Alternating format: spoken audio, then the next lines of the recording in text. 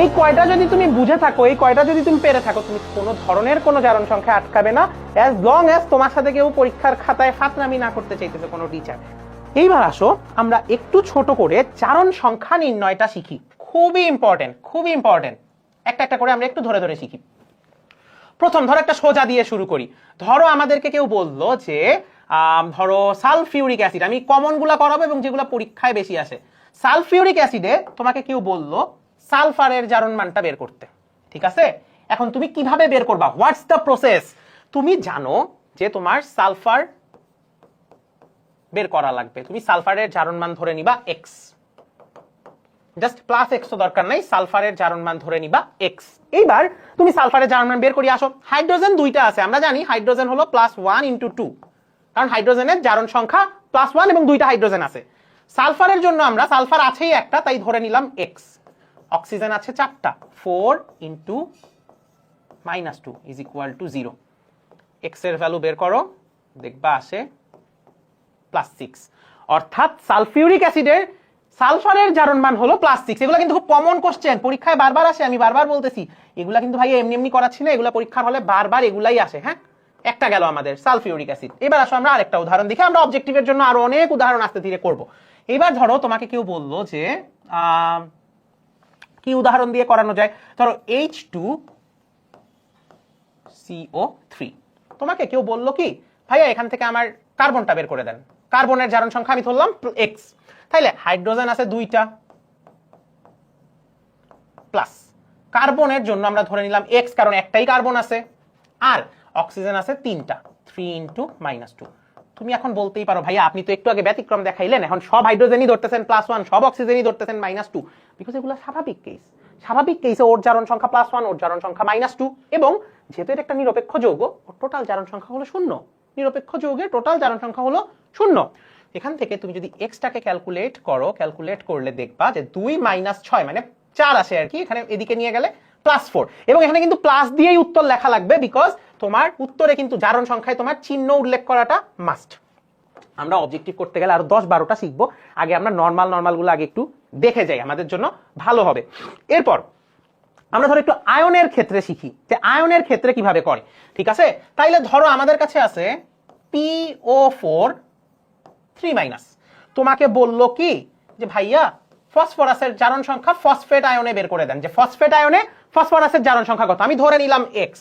তাইলে এক্স এর জায়গায় থাকলো অক্সিজেন 4 × -2। এবার কি এদিকে 0 হবে? একটু আগে দেখো তো, একটু আগে শিখে আসছি আধান বিশিষ্ট আয়নে মোট জারণ সংখ্যা আধান সংখ্যার সমান। তাইলে এখানে টোটাল আধান কত, -3 না? -3। এক্স এর ভ্যালু কত আসে দেখো তো, এটা আসে -3, এটা ওদিকে নিয়ে গেলে হয় +8। তাইলে এক্স এর ভ্যালু আসে হলো তোমার +5। এক্স এর ভ্যালু আসে +5। বুঝতে পারছো? আমি যেগুলো দেখাচ্ছি এগুলো কিন্তু পরীক্ষায় ঘুরে ফিরে আসে ভাইয়া। এরপর ধরো আমরা একটা ক্যাটায়নের ক্ষেত্রে তাহলে করে দেখি। তাইলে আসো, ক্যাটায়নের ক্ষেত্রে ধরো আমাদের NH4+। তোমাকে কেউ বললো ভাইয়া এইটার একটু নাইট্রোজেনেরটা বের করে দেন, ধরে নিলাম এক্স। নাইট্রোজেনের জারণ সংখ্যা হলো তোমার এক্স। হাইড্রোজেন আছে 4টা, 4 × +1, টোটাল +1। কারণ কি, এই যে ওর চার্জটাই হলো ওর টোটাল জারণ সংখ্যা, কিন্তু নিরপেক্ষ যৌগ না, ও একটা আয়ন, ও একটা আয়ন। হ্যাঁ, এখান থেকে যদি তুমি এক্স কে হিসাব করো দেখবা -3 আসতেছে। সো ঠিক এই প্রসেসে এগুলা করে। আসো আমরা আরো কয়েকটা ফেমাস এক্সাম্পল দেখে ফেলি, আমাদের জন্য খুব সোজা হয়ে যাবে জিনিসটা, ঠিক আছে? খেয়াল করো। এইবার আসো আমরা একটু দেখি K2CR2O7। মজা না? অনেক মজা লাগার কথা, এগুলো আমার খুব পছন্দের একটা টপিক ছিল। এবার তোমাকে ধরো ক্রোমিয়ামের জারণ সংখ্যা বের করতে বললো। ক্রোমিয়ামের জারণ সংখ্যা আমরা ধরে নিলাম এক্স। পটাশিয়াম আছে 2টা, তাই +1 × 2। ক্রোমিয়াম কিন্তু এবার আর একটা না, 2টা ক্রোমিয়াম। একটা ক্রোমিয়াম এক্স হলে 2টা ক্রোমিয়াম 2x। আর অক্সিজেনের জন্য 7 × -2, কারণ 7টা অক্সিজেন = 0। তাহলে 2x আসবে +12, x আসবে +6। এই কোশ্চেনটা যে কত আসে পরীক্ষায় ভাই রে ভাই, পাগলায় যাবা দেখলে তোমরা। মানে সলভ করতে যখন আমরা যাব তখন বুঝবা, মানে এমসিকিউতে এগুলো মনে হয় মানে আসতেই থাকে, কোনো মা বাপ নাই এগুলার, এই কোশ্চেনগুলো আসতেই থাকে। ধরো পটাশিয়াম পারম্যাঙ্গানেট KMnO4, KMnO4 এর ক্ষেত্রে যদি আমরা একটু সলভ করি, ধরো তোমাকে বললো ম্যাঙ্গানিজেরটা বের করতে, ম্যাঙ্গানিজ আমরা x ধরে নিলাম, পটাশিয়ামের জন্য +1, ম্যাঙ্গানিজের জন্য x, অক্সিজেনের জন্য 4 × -2 = 0।